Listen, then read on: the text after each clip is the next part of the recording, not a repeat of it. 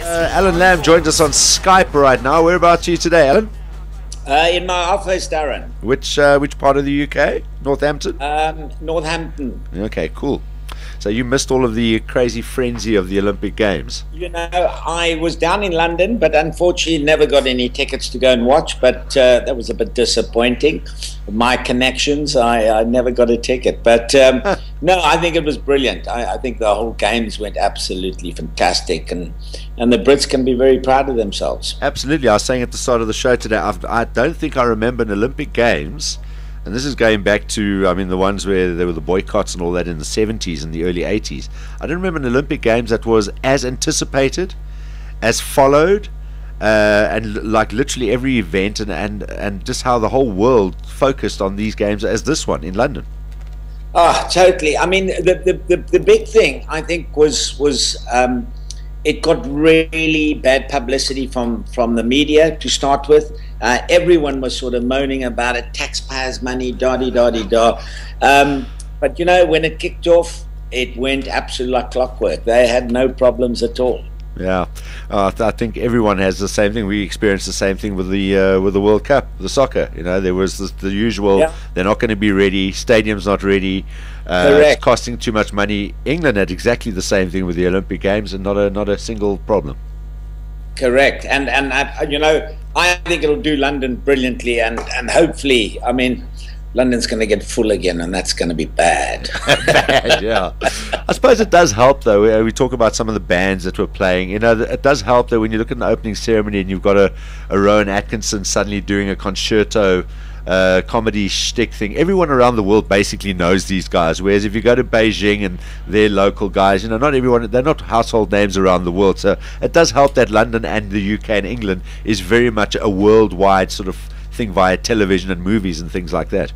Oh no, totally. And I mean, you know, the artist, I mean, you know, they could have called on you could have had Mick Jagger there, you could have had Elton John there, you could have had Eric Clapton, you could have, you know, I mean, they could have had any artist, and that's what, and they are sort of household names anywhere in the world. I mean, you're totally right about that. That makes a big difference. It does. It was fabulous. We missed the closing essay because the PGA was on at the same time, so some of us were focused on watching that all go down. 8 shots. 8 shots. I spoke to Els this morning. He called me. I said, "What are you doing?" I said, "Get rid of that caddy, man. You've got to stay focused." You think it's Ricky? You think it's Ricky, eh? I can't tell you what time it was, but they were. It seemed like he had won he'd won the Open again. Wait, did you play the Invitational at the end of last year? Which one? Ernie's down in George. No, I didn't. I didn't get in time. I didn't play in that one. Okay, so you never saw Ricky's stage dive. No, that's when Ricky got stage fright, jumped off the thing. Yeah, brilliant. Yeah, brilliant. We still watch him just to see if he's still got a little bit of a limp. I think we spot one there. Still, he hasn't finally recovered. But let's put the PGA aside and let's talk. First, I'm just having a look at some of these archive photographs behind you. There's a nice family shot on your of your right shoulder. Other one. Yeah. That was obviously taken over there, right? Yep, that was taken there. I don't know if you can see. Yeah, you got it there. You got it. Can you go closer to it? And that one is, I don't know, that was the old guard of the 80s. I can spot both of them there. You can spot them both, yeah. Yeah. Yeah, that was when Allan Lamb and both of them were playing together and terrorized a load of people. Well, I was just saying before we Skyped you today, we were talking before 3 o'clock about the whole Kevin Pietersen thing, and I was saying that, and I mean, even in South African cricket at times, there were characters of the game that sometimes, and I mentioned Beefy as a perfect example, where, I mean, that's what you got with Ian Botham. I remember there was a lot of controversy about him. He went off and did his own thing. He was outspoken. And yet, I mean, if you look at some of the greatest players England have ever produced, you wouldn't leave Ian Botham out of that list. So where do you sort of put the Kevin Pietersen situation now with something like that in mind? Do you let a guy like that have his head and make allowances for him, or have they done the right thing? You know, I believe they've made allowances for him, you know, it's been tough. And I think this was just the icing on the top. From the test match the last Test match, and to the quotes what he's made it, what he's made are I mean, I just can't believe he's come up with these things. Because I mean, when there was the same kind of thing when he left South Africa. He wasn't happy with. I think it was more provincial thing, if anything. The Dolphins selectors didn't really see a future with him, so Natal let him go, and I think that was kind of like, there's no future in South Africa, I want to go there. A lot of controversy around that time as well. I mean, do you just see Kevin then as a guy that's just not is never going to be a team player, or do you think they can actually get his head right to be able to actually become a team player again and still be able to do what he does so well? Because let's not beat around the bush here. He's a bloody great batsman. No, listen, he's a world-class batsman. We got to take that. But I'm afraid, Darren, there is no one bigger than the game in any sport. And let me tell you that. And when you get one bad apple in the cart and it starts eroding to the rest, then it's time to get rid of that bad apple. Now, we can say that he's been taken out of context, which he's apologized before. He hasn't been. He has. I don't know who's advising him, what he's doing. But if you make statements like that and you wanting the board to do what he wants done, he wants to play in the IPL and he wants to not play in the 2 Test matches against New Zealand due to the fact that the New Zealand players are allowed to play right to the end of their contract. So they'll miss 2 games. Now, what happens if we did it for all the players? It'll be a total shambles. Now, he's decided not to play 50-over cricket or one-day cricket for England. So 50-over cricket, in my terms, is 20-over cricket too. Now, what happens to all other guys who don't like 50-over cricket? They're going to say to the board, no, we would like to play 20-over cricket only. And to me, that is totally wrong. And then he asked if he could be picked for the 2020 in Sri Lanka. And the board said, unfortunately not. You've decided you do not want to play one-day cricket. And they've done the right thing. Now, you've got to remember, Kevin's come over to this country and England have given a lifeline to him. Like a lot of the players who come over here. Now, you've got to play by the laws that they have, right? Andrew Strauss has decided not to play one-day cricket. He plays Test match cricket. Pietersen went that route. But now Pietersen can't be asking all these things from the board to say, listen, I would like this done. Now, when, I don't know, I haven't spoken to him about what he's put in his Twitters, right? But the board to say that he had not tweeted the South African players. Now, we all know he gets on well with Smith and Callis and all those guys. More plays IPL. He's good mates with them. Yeah. What it was said in the papers is that he had tweeted the South African players to say that the England players, I don't like them, they're all against me, it's terrible playing with these guys. Now, I don't know, this is what was in the papers, this is what was he is supposed to have put in. The board had a meeting with him and said, we would like you to sign a document to say that you never got a hold of those players. We're still here, by the way, Alan, just taking our picture off so you can hear us, so we can hear you clearer. Yeah. And basically, he wouldn't sign that document, which I think, which you, Morris, have made that quite clear. Now, if you don't sign the document, there must be a question mark.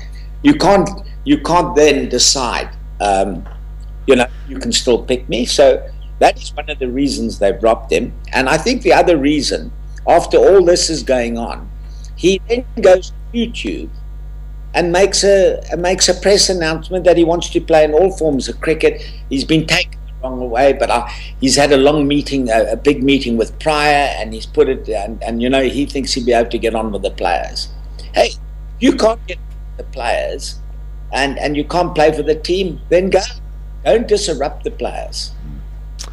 Well, I mean, how does it work, by the way? I mean, and we were talking about Kepler, obviously having played for Australia and then coming back and played for South Africa. I mean, has the rule changed now? he should have never been allowed to play for South Africa, Kepler. Kepler, let me tell you, Kepler made his own bed. He wanted to leave South Africa and he wanted to play test match cricket, right? And then he had a fallout with the Australian board because he was supposed to be involved in organizing all those rebel tours. And he said he wasn't. So they cut his contract. Yeah. They descaled him on his contract or whatever. And he got cheesed off. And then I think Ali did some deal with the ICC that we needed Kepler back to help us get into international cricket, which to me is a lot of pony. He basically 10 years before you play for another country, and that's what I think the rulings are. Yeah. So where do you see the future for Kevin Pietersen now? Do you see him getting back into the side? Is it going to take a year, 2 years? An attitude adjustment club, as they say in these parts of the world. What's going to be needed? I can see him playing IPL and the Big Bash, and that's what he wanted to do. He signed for both of those, and it's going to take a big move for the board to bring him back. So this is going to be a real big problem. Now we know all these laws about restraint of trade, about not allowing a guy to earn his living by playing a game that he played. I don't know if this is going to come into it all. I don't know what type of contract they have. But if you bring the dispute into the game, there's the clause that states you get fined or you get dropped.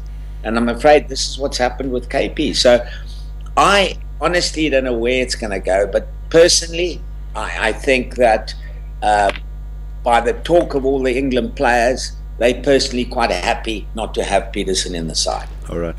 Al, I just want to ask you one, going back into your time with the England setup, and the whole question. I mean, we've seen this in rugby as well. Sometimes we've had teams where a coach has come in, but there are just so many strong personalities in that side. They haven't been able to manage the side, and we know a lot of the time that as a coach or manager of a side, the first thing is probably man management. If you can manage your side, keep a team together, keep everyone happy, most of the job is done. These guys know how to play cricket. They know what their job is already. It's about molding that team into a unit. And I mean, in your era, there were a lot of strong personalities in that England side. What was the basic? I mean, was there a sit-down discussion in the dressing room? Was there a way that they handled different players, or was everyone handled the same way and the players had to adapt? Yeah, I think everyone, you took the Bothams and the Gowers, right? Now, we went on a trip to a tour to Australia when we won the Ashes. And Gatting and Embry were captain, vice-captain, and they called a meeting with us, the senior players. And I basically, and one or two others we came up with an idea, said that Botham is not going to run 10 miles and Gower is not going to run 10 miles. They've never done it in their life. You're not going to change it. Get the best out of them at practice. Don't let them stay, especially Beefy. I mean, we got Beefy to have a knock. He had his fielding practice. He bowled in the nets. And then we asked him to leave because he would be a distraction to all the... Are you still there? Yeah, no, we're still here. We're listening with great interest. It was the players were quite happy with that because he used to take the mickey, or when you roll a ball into the nets and you'd be irritation. So for us to get him away was perfect. And the same thing with Gower. When they were done, they moved on. It's no use keeping people sitting there once they've had their, But we played as a team. And everyone gelled and worked together, right? Off the field, fine, go and do your own thing or whatever. I mean, Jeffrey Boycott wasn't a very popular guy. I mean, he was a guy that played for himself, did his own thing, but, he never, if someone causes a problem in the team and he's disrupting everyone, then that's it, right? Don't play him. I remember Gooch and Mickey Stewart come to me after that trip. We were going to the West Indies. I was vice captain. They said, no, we can't have Gower and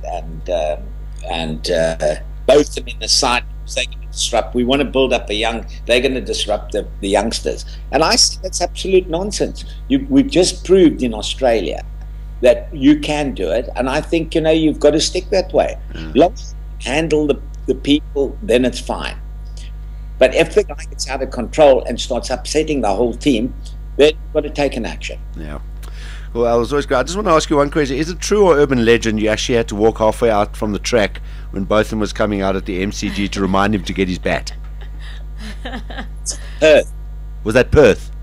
We sent the 12th man on to tell him he might need this. Is that a true story? Yeah, and it was a bat. But it wasn't in a test match. It was against Western Australia. He just had a night with the Harold Cudmore, the white whiskey peep. You know, it was the big yacht race, the America's Cup. Yeah. And we ended up having a night out with these guys, and Both took on everyone, and wasn't too fit the following day, like most of us went. Gower flicked one through mid-wicket and got bowled. I went for a big cover drive, got bowled. We were out for naught. Botham was put down the order because he wasn't seeing the ball too well. He got 80, still doesn't know, remember he got 80, but we lost that quite easily.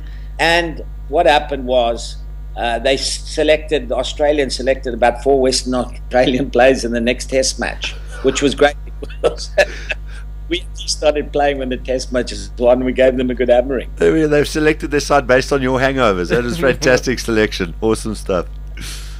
That's out. Meanwhile, the guys were seeing double balls. Allan, always nice to chat to you. You're looking very well. Nice to see you again. Thanks for giving us a little bit of insight into the thinking in the change room, and of course on your opinion on the Kevin Pietersen issue. It's going to be a tough test match, but you know, as I said before, the series started, South Africa on paper always had a strong side, but I thought that England, you know, may have come up with their bowlers. I thought they would have, but that first test match was really the clean-up. So it'd be very difficult seeing England come back from this. They've got to play out of their skins, but anything can happen at Lord's. So at the moment, I think that South Africa could go #1. Here we go. That's what it'll be if they win the test match. Allan, look after yourself. Thanks for chatting to us this afternoon. Cheers, guys. Cheers. Bye-bye. There we go. Allan Lamb joining us on Skype. Yeah, and a little bit of tune coming through there as well. What a cool chat. Yes. Huh? What a cool guy. Yeah, he's really, really cool.